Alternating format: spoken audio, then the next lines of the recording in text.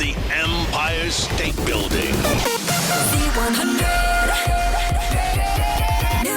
Miami born, raised in Jamaica. This artist is known for blending reggae, pop, hip-hop into hits since he first blew up in 2007. His debut single, Beautiful Girls, shot straight to #1 on the Billboard Hot 100, making him an international star almost overnight.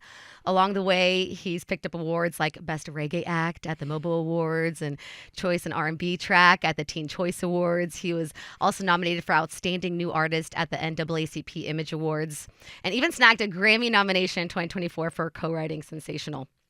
With chart-topping success, platinum records, and unstoppable comebacks, he continues to leave his mark on the music world and shows no signs of slowing down. Please give it up for the legend himself, Sean Kingston. Hey, what a god! Yes, that was amazing. That was an amazing introduction. Much love to you. But also, Grammy nomination ended up being a Grammy-winning award. Oh my God, you won! Yes, we won. You won. Shout out to my brother Chris Brown. Shout out to 1111. Definitely, I want to say thanks to all the Grammy fans, but we have to let the world know that Grammy Award winning Sean Kingston. Yo, that's the most I can't see. And you know what's so funny? This is my first interview I've done since I've won. This is crazy. Yeah. This is crazy. Lit. And not only that, we're celebrating your birthday I this know, month, man. bro. It's a We have a blessing. little surprise It's such for a blessing. you. It's We such, brought you. listen, you have no idea. Oh, birthday, pop champagne. Whoa. Listen, you don't understand, you guys. That's why I love iHeartRadio. That's why I love Z100. This is an amazing gift. Thank you guys. But and it came with a nice card too. Yeah, 60. It's so embarrassing when they open Whoa, cards in front of you. Whoa. I might swerve. Whoa, wow. What an honor and a blessing that you took your time out to celebrate your birthday work with us. Thank you for the joy you bring to the world with your energy and spirit. You always have family with us. Z100. I love you guys. That's a blessing. Thank you guys for having me. I could spend my birthday anywhere, but I'm happy that I'm spending it here with you guys. I'll tell you guys that. I don't care about spending my birthday nowhere else but Z100. I feel at home, so. I mean, you've made the Tri-State your home. You had party, party, party, party. Yeah, man. How many parties did you have this week? Man, I did 3 at Mad Hatter, which is shout out to my boy Mike Dedicated. It's a good friend of mine. We basically just put it together in order because it was like on some stuff to last minute. He was like, yo, bro, I want to book you. And I was like, okay, I'm already routing in this area because I already had like Philadelphia on the map. I already had like Boston on the map. I already had New York on the map. But I didn't have Jersey. So I'm like, since I'm going to be in the area, let's make it happen. And he made it happen and he sold out. And he did another night. He sold out. And he's like, I want you again. And it's just, and now we have a good, relationship that we might be doing in partnership and stuff like that. So shout out to my boy Mike Dedicated. Shout out to the whole Hoboken. Shout out to just everybody in the tri-state period.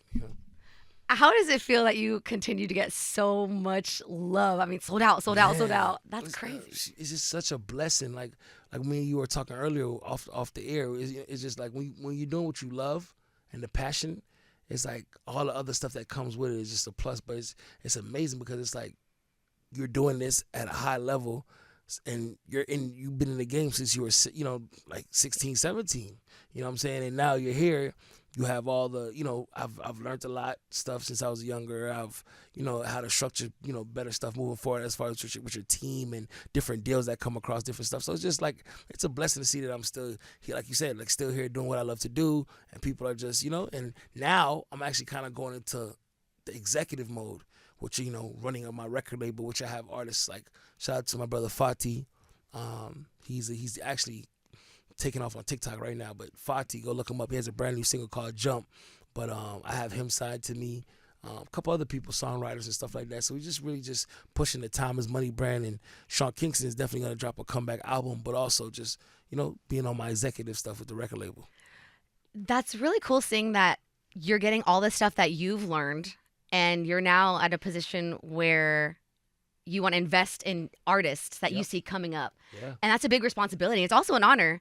So how are you finding these awesome artists that you're now signing and working with? Great question. I like to go on YouTube, but then sometimes, it's oversaturated because these kids get, so I kind of tend to just, now I'm really on some stuff like, all right, like, it's not only just YouTube. Yeah. Like, I want to know if you're, how your TikTok out, because now I'm giving, because there's time I found people that has like 5,000 followers on TikTok, but you go to their Instagram and they have literally like Big popping. yeah, you know what I'm saying? Isn't that odd? That is kind of That odd. doesn't but translate. It doesn't, but it's kind of like a different fan base sometimes. You know what I'm saying? Sometimes those people might not, his crowd might not be a TikTok crowd. It might be, you know what I'm saying? Because there's a lot of people that still, that's on Instagram that believe so much in Instagram Reels and stuff like that. They don't even have TikTok. And if they do have TikTok, they don't really go on it like that. You know what I'm saying? To me, I go on every one of them, but you know what I'm saying? Like, It's funny that you brought up YouTube because I remember one of the first music videos I even went to search up was Sean Kingston, Beautiful. And I feel like so many people come up to you and tell you those stories. Yeah. I tell my fiance, I'm like, babe, Sean Kingston and his team are coming. He's like, nostalgia. Like, it brings us back. Yep. And Yep. we still play your record all the time across the country. Wow, that's a blessing. I mean, you being such a staple for so many people. I mean, it's not just Beautiful Girls, so many records. Yeah. What do you think when you take a step back? Man, it's just I can't even, to be honest with you, it's just sometimes I'm like, wow, this is really my life, because this is all I knew what to do was music. My grandfather is Jack Ruby. He produced a lot of stuff for Bob Marley. Because you grew up in the same town or the same area as Bob Marley, right? No. Oh, okay. I'm from, my peoples are from Ocho Rios. Okay. Bob Marley is from I think area in Kingston. Okay. But not think he's from Kingston, but my grandfather Jack Ruby produced a lot of stuff. I shot the sheriff and stuff like that. So interesting. Yep. And so that's in your blood. Music is in your blood. You're telling your grandpa's out there doing the thing. You have no idea how much times, literally how much times, like I'll be saying, like I'll be in the studio coming up with songs and I just be like, yo, like this is crazy that because I didn't get a chance to meet my grandfather, and I just be thinking in my head like, what would it be like if I got to make music with this guy? You know what I'm saying? This is a guy that did a lot of stuff with Bob Marley and a lot of other reggae icons. And I just never got a chance to, because I guess he died. I was born February 3rd, 1990. He died like 80 something, like a couple years before I was born. So, but just to have it in the DNA is crazy. Just to see like how, like, because my mom and my dad don't sing at all. They sound like they're tone deaf. Yes, it's my mom. Poor thing. I'm like, please stop. Volume down. I'm like, mother, I love you to death, but I know I didn't get to singing from you, and I know I didn't get to singing from you, Pop. So. Jack Ruby. Was this your mom's dad? Yeah, my mom's dad. Yeah. It's funny because we're off air, we're just chatting, getting things ready, and you're on FaceTime with your mom, and it reminds me of myself, because anytime I have a second, I'm on FaceTime with my mom. Yes. Anytime I have good news, or I'm with mom. Like, mom is the number. She's the highlight of And how we're so blessed for that, because that relationship that we have, it's not one. Don't you learn growing up? Not everybody has that. And if they and not everybody cherish it, you know what I'm trying to say? Like, people have moms, but they're like, okay, mom, I'll talk to you when I talk to you. You're just overprotective. You're over the. And it's like, bro, listen, I'm telling you right now, people, like, you have no idea. Like, people sometimes you're like, man, you don't really have any structure. You don't have so the fact that I have a lady in my life that I know for a fact that guides me and is there for me when nobody, like, this lady is like literally like in my corner 24/7. She's like, I see her, there's so much stuff that she done did for her kids growing up, so much things she sacrificed, and all them nights and a lot of stuff that she did working 4 different jobs just to make sure that food was on the table. I can never forget those days. You know what I'm saying? But something interesting, when I was chatting with her real quick, you turned the camera, I said, Mom, like, congratulations on your son. And what she said was, it's all his hard work. Yeah. That's what she said. Yeah. She was like, it's a hard work and the dedication. Yeah. And because she knows the grit. She knows the back scenes that you can't even talk about. Yep. And so that's, wow, she's just your number one fan, supporting you. My number one fan. And does she bring up your grandpa? Because, I mean, obviously it's her dad, so seeing the music that he did, and then the music, I mean, you now are worldwide, global. I mean, he's probably like, dang, we did that. He's definitely, so, they got divorced, but he's definitely, like, close by. Like, we don't speak every day. Oh, I'm talking about your grandfather. Oh, my grandfather. Yeah, yes. That's what I said. He's now like, dang, he did that. Yeah. He's in heaven. Like, dang, I produced, but my grandkid out here is getting Grammys. Sorry, yep. Exactly. It's crazy. As I said, it's just like, man, he passed me the torch. What did she say about him? You must remind her of him or some stuff. She just said she definitely said little stuff. Like, she just was like, in there's times that she went to the studio with him, she just was like, he was directing, like, okay, he was really like a maestro. Like he was in the stage, like, okay, I want you to put this here, I want this to sound like this. Like he had a whole band, and he would actually just get down with them and just be like, okay, this is why I hear it as. Like I want this BPM, I want this type of rhythm, and so it's a blessing. So what did you grow up listening to with your mom? What was your mom putting on? Everything.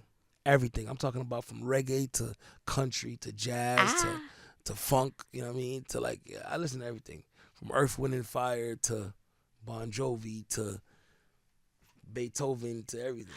That's interesting Like- because when we hear your music, we get a mix. Like especially your breakout record. I mean, that was like a oldies inspired, but with reg. See, that's what I love. You're asking on amazing because I'm a music junkie, and this is what so basically I wanted to come out with a formula and a sound. I felt like Jamaica, a lot of the artists that was doing international stuff or trying to do international stuff, it never really went to that level because I always felt like the language barrier, the accent barrier was a little bit too kind of off. So I wanted to be the first one to bridge the gap, to be like, okay, you know what? Yes, because, even though it's broken down English, people still get confused, which is crazy because it's really broken down. It's really broken down English. Like, Wagwan is what's going on. Where your name? What's your name? Where I go? Where you going? So it's like, it's really broken down English, but it's kind of like, we chop certain little, but at the end of the day, I still wanted to be able to make music to where both are satisfied, to where I can literally make music and then people from the heart of the streets of Kingston, the streets of Montego Bay, the streets of Ocho Rios could be like, yo, this is dope. This is for the culture. We understand this. It's not cheesy. And the people in America could be like, yo, this is the joint right here. We love this song. So it's kind of like I wanted to be the first to bridge the gap in a way that people everybody could understand in the universe. And that was basically mixing, I call it hip-hop, not hip-hop, hip-hop, where it's a blend of melodies and it's also like, kind of a rhythmy type vibe. So. But what's cool about that is that that's actually who you are. Like you were born in America and then you grew up and so you're like, I want America to feel like this is their song too, but I don't want to lose the roots that my family is. So that is true. That's really there's so many great songs, love. I could tell you right now, I can't remember off the top of my head, but there's so many hit songs that would have been like I could play you melodies that's so like you'll hear these melodies, you'll be like, this is incredible because we have amazing talent in Jamaica. But guess what? These songs don't go nowhere like that. They go to the UK and they go to certain places, but they don't hit in America like that because why? The language barrier. You can't. It's not even a language. So I can't even say language barrier. But the way the music is hitting them and they're chopping off the words and they're delivering it and the cadence and the rhythmic flow that they're using, it's not calculated and it's not. People over here are like, you know what I'm saying? It's like we love it, but it's something like, you know what I'm saying? But me, I want some stuff like, listen, I want clarity. I want you guys to be able to understand what I'm saying. I still want to make it catchy for you guys, but I want to have some edge as well. So that must be what you're also teaching the artists that you're putting into your record label is like to be authentic to them in which way, but in a unique way. Yes, and that's why I signed Fati, the kid Fati, because I believe in. Where's he from? He's from Virgin Islands. Because I believe in if you have a sound, you're timeless. And that's the reason why I haven't put out a record. But look, me and you, we're sitting here talking, and we're still there's artists, this is literally over 10 years ago, and I'm selling out shows still to today. There's people that's coming to my venue right now that's 21, 20 years old, that was probably like 3 years old when I came out. And it's like, what are you at? You know what I'm saying? But no, but it's transparent. It literally. It transcends. Yeah, it transcends to them because they're like, yo, you're scrolling on TikTok and you're like, somebody call 911. You're like, wait, what? This is amazing. And then you go to Spotify, and then and you're like, oh wow. It's just, I'm telling you, I hear stories all the time. So it's a blessing. So I say, literally, when you come up with your own sound, you last forever. Don't try to chase, let me sound like this person. Let me go to, no, that's not what it is. We already have this person. We don't need another this person. Be yourself. I mean, you could take little stuff from little people like, you know what I'm saying? I'm sure Chris Brown said, okay, Michael Jackson, I want this from you. You know what I'm saying? James Brown, I want this from you. Prince, I want this from you. We all do it. You know what I'm trying to say? I mean, listen, Jay-Z, I want Biggie, I want this from you. Tupac, I want this from you. It's like, it goes down in generations in his story. But at the end of the day, you have to make it, you have to put like a gumbo. You have to be, okay, you know what? I'm going to take this, I'm going to take that, but I'm going to make my own sauce, and I'm going to stir it all up, and I'm going to add a little, my little flavor into it, and then see what comes out. You can't just be like, I'm going to take somebody's flow and use it the exact same way. And then also, you're consistent with it. Like, when you hear a Sean Kingston record, like, you know it's Sean, and it's not too veery. Like you don't add too much salt There you go. because then that would not be you. It not be me, and then people want it be it'd be.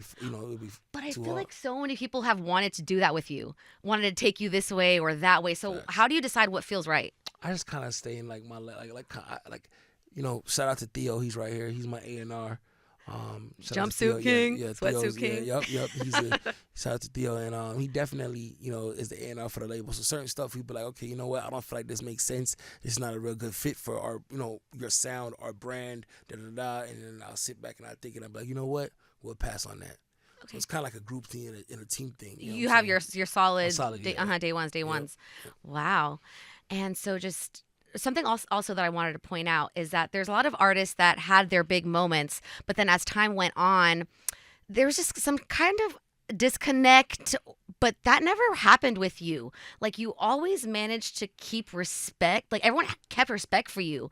And no one ever talks weirdly about you. No. You have this energy from people that they only think good things and good vibes when they think of you. That's not easy to do in this industry. No, I mean, at the end of the day, you know what I'm saying? Sometimes we're not perfect. So sometimes, stuff may happen around us or some situation may come about and this might be trials and tribulations, but we just, at the end of the day, we know what God knows, you know what I'm saying, where our heart is, and God knows where our intentions are, and God knows. So at the end of the day, I don't, you know what I'm saying, we don't live for what, people talk bad about Jesus. So if you listen to whatever they're going to say or what they portray, you kind of just basically got to stand for what you believe in and keep living your truth and living your life, And I feel like everything's going to play out how it wants to play out because guess what?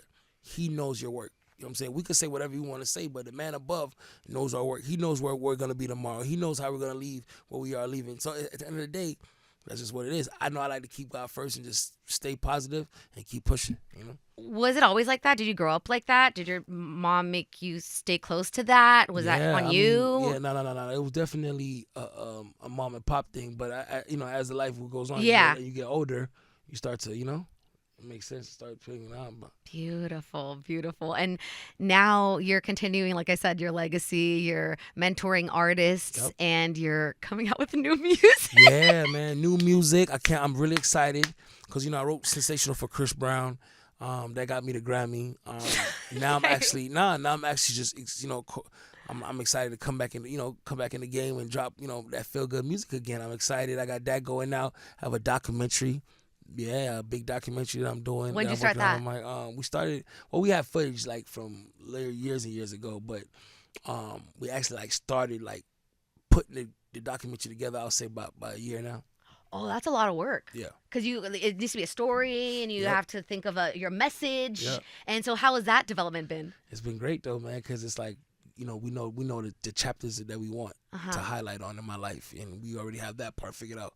And that was the hardest part. Is okay, what chapter we're gonna start with, and what to take because there's so much. Not the Grammys. Not the Grammy win. Oh no. You know what? The That's Grammy beautiful. win was literally a day before my birthday. Isn't that crazy? Nah, a day before my birthday is when we got the call. Oh my gosh, that's so beautiful. How are you feeling?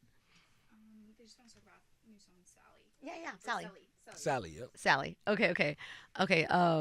Right before your birthday. Wait, so was everyone there? Did you party after? Where'd you go? What'd you do? Yeah, no, we basically, I ain't gonna lie to you, we just basically did like a hotel type vibe, like a hotel party vibe. Yeah. And we actually got kicked out the next day. Haters. Y'all turned up too much. I'm like, yo, this supposed to be a W pals. Shout out to the W though, man. We love y'all, man. But definitely we had to turn up in the hotel because we like, yo, we can't we literally want to grab me for my birthday.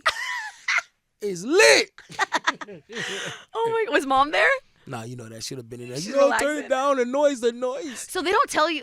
I feel like sometimes people know that they're gonna win. You really didn't know. Nah, what's so funny? It was to the point where I was about to text Chris like, boy, what's going on? Because I'm like, this is 24 hours before, but he didn't even know he was gonna win. They said yeah. Oh yeah, that's true. Yeah. They pointed that out.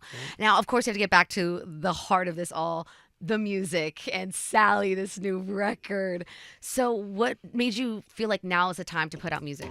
I'm definitely like a spring break type dude. You know what I'm saying? Like spring break going to the summer is my vibe. You know what I'm saying? So we make that Caribbean feel good. That island pop music that's just gonna make you what I'm saying, if you on a cruise, if you know what I'm saying, you in a hotel, elevator music, and that's the type of vibe. You know what I'm saying, you on vacation, you got your chancletas on, you about to, you know what I mean, that's that vibe we on. So that's the music I produce. So at the end of the day, I'm excited. This is called Sally. It's produced by JR, who did Beautiful Girls, and we just kept that, that bring back the 50 sound mixed with the island, and just I'm excited. So Sally, I mean, did you swipe on her? Did you meet her out in public? It's really a real situation. Like, there's a really girl named Sally. Like, you know what I'm saying, but it's crazy. Like as I said, I write music off of real experiences. Like, you know what I'm saying. Like, and even if it's not experiences, it has to be able to relate.